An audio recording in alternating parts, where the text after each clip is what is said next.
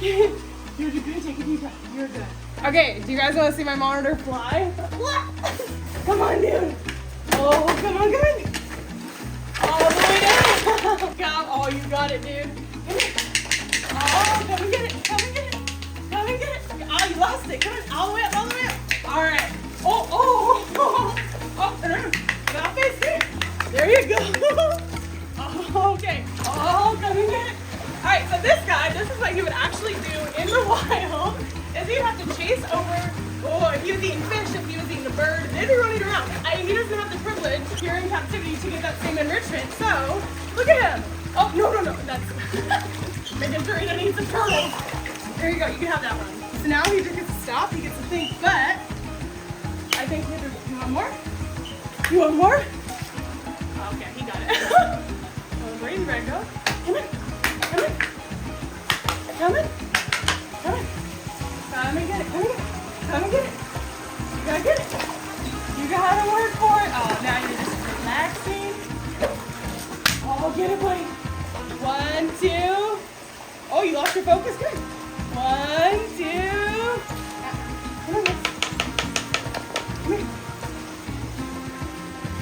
All right, buddy, get it. Oh, no. Let me see. Come here, dude.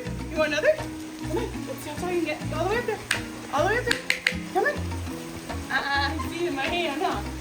All the way up. Look at him. See how much focus he's got on this? Imagine if you were the animal and he was trying to get you. I'll just say I didn't want to be the animal. That's for sure. Okay. Now let's go back. Come on. All the way up. So this guy, we're going to have him just take himself back home. All the way up. Nope. Keep on going. You're almost there. Good job, buddy. Not yet. You got to get all the way up first. Eat up. Come here. Come on. Go get it. There you go. Thanks, buddy. Successful. That's how you feed your monitor.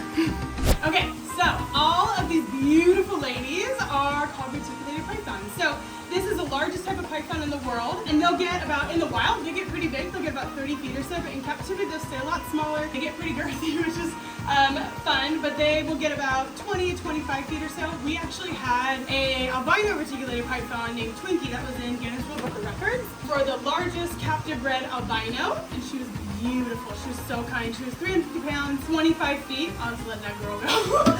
She was so cool. I was here when that was a thing. It was probably 10 years ago or so. She moved, like literally just like woo, and just threw everyone on the ground. It was so cool. But like I was saying, these are all reticulated pythons, largest python in the world. There are 7 different ones in here, all different colorations, all different variations of it. So we've got the lighter colors, we've got the darker colors, we got not a lot of pattern. We got like the golden child that's right here. We've got tiger, which is right here. We've got all different types of albinism in that right. These are all females. Males are much smaller.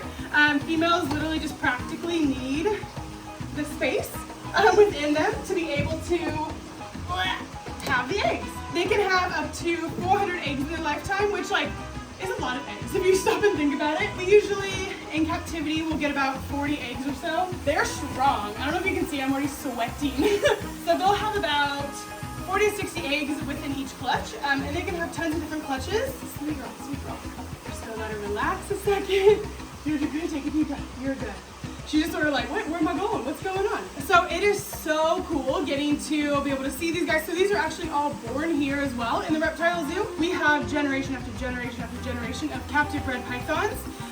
So that's what makes it a little bit different, is that all these animals here, their parents, their grandparents, their great-grandparents were not ever touching the wild. So that makes them a little bit more, I don't want to say domesticated, but a little bit more, because I feel like domesticated is assigned to like the word of like a dog or a cat, so it's probably not well received, but a lot more literally captive bred. So they're not quite as aggressive or anything like that, which is really cool. And we also work with our pythons, so we have them from an egg literally up to 15 to 18 feet or so. Actually, I think they're all about 17 to 18 feet. We have to work with them, we have to feed them, we have to clean them, we have to just constant moving around where they're used to us. So like, okay, in the same way that we're used to them and this python and all of her habits, all of her tendencies, her different things, we know them because we literally raised them. Same thing back to us, like you are with your parents. We're like, okay, I know you, I know what's going on, I know the back and forth. So there is a full relationship with them, which is really cool.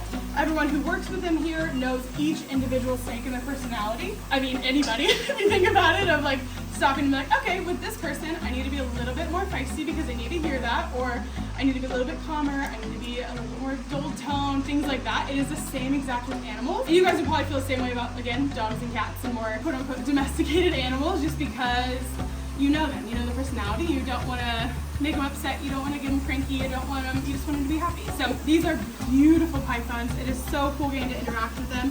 Look at this thing. Look, that thing is twice the size of my thigh. Like, that is so insane. I think it's like a weird thing to like understand and grasp just because it's so normal for people who work here at the zoo. Like, I've been here my whole life. I was born and raised here. Wild. Like, literally like stop and think where you're like, that is huge. A big animal. So these guys aren't even our big ones. These aren't even our like crazy big females. These are ones that the big ones are in blue, which means that they're shedding, which means they're growing, which means that they're eating, which means that they're just like, honestly, like, we're good. They're stoked. Where these ones just simply weren't in blue just because they probably just shed, or they're going into their cycle to do it in the next like couple weeks or something. But these aren't even our big ones. Can you believe it? Let me get my head down with this thing. Is it crazy? My head is the size of them. Okay, what else? So going into, not like into genetics, but there's obviously a very different color between this one, this one, this one, and this one. All the same python, all the same regions that they came from. We do natural breeding, we just put them in together, we don't change the temperature, we don't inseminate, we do nothing. If they're not into each other and they don't want to breed, they don't breed. They're usually into each other and they usually breed, which is nice. But we don't get, we're no middleman in that. You can even see the incubator right back there, which is cool because then it's on display for literally kids and parents and schools to be able to come and see the process. So they're all right back there, and then we'll go and we'll show, as you guys have seen the videos of my dad, where it's like some of the pythons have a little bit more of a response to it because that's their instincts of like, wait, what's happening? What's going on? I'm on these eggs, I'm supposed to be protecting them. But what's cool is that 3 seconds later, after those eggs are grabbed, after they're taken from them and sort of put in the incubator to have consistent, what are you doing? I should go poop. To be able to have consistent temperature, consistent humidity. Then the mother one has zero maternal instinct back into it. We would never remove the eggs if we think they had even an ounce of it, because that's cruel. That's so terrible. If we thought there was emotion behind it, we thought there was thought processes of sadness and things like that, which tons of animals do. These sweet girls don't care, which is great. So the second that they're off the eggs, they're like, woof. Honestly, thankful, because they're ridiculous, those little babies. And then they get to go back and eat, they get to go back into their enclosure and just relax. They lose some weight just because of the reality of having babies, it does take from you. And then what's nice is that usually they would wrap around their eggs, and so they become, I might butcher it, endotherms, which means that they're a cold-blooded animal that creates their own heat for their eggs, which is really cool, because if you're cold-blooded, you don't get to create heat when you're cold-blooded. So, but it's like a really cool process through literally just using her muscles and contracting and being able to keep track of it all, or be able to regulate it all. But even within that, so these pythons in the wild, or just in general, could have up to like 100 eggs, which is a lot of eggs. But it's literally by design, so that as the humidity changes, as the heat changes, that they're only really programmed to have a third of them live, just in general, because even 90% of them get through the egg, get through the whole process, it's still, they have to fend off everything. There's just all kinds of different predators, for everything's a predator. So that's what's crazy, is there's actually not necessarily a shortage, but there is, like, also with so many eggs, there's still the reality of they could very much become, what are you doing, dude? Sweet girls going sideways. So even though these sweet girls can have so many eggs, they still have the potential to be on the restricted, she just farted. Oh God. This tush is tooting. Do you see that? Do you ever wonder what a snake toot looks like? Oh no! It's more than a snake toot. Okay, we're gonna let that be. Gross! Okay, well, we were talking about endangerment and having not a lot of them and the realities of that, but instead we're just gonna listen to a snake toot. Anyways, these guys are amazing, they're beautiful. We love getting to educate about them. educate about them here at the zoo. They're very special animals. We feel privileged to be able to have them. Yeah, the more you know. Hopefully you guys learned some stuff. But beautiful animals, stoked to be able to you see and hopefully understand them a little bit more, because they're just sweet little love bugs. Look at her. She says, hi, how you doing?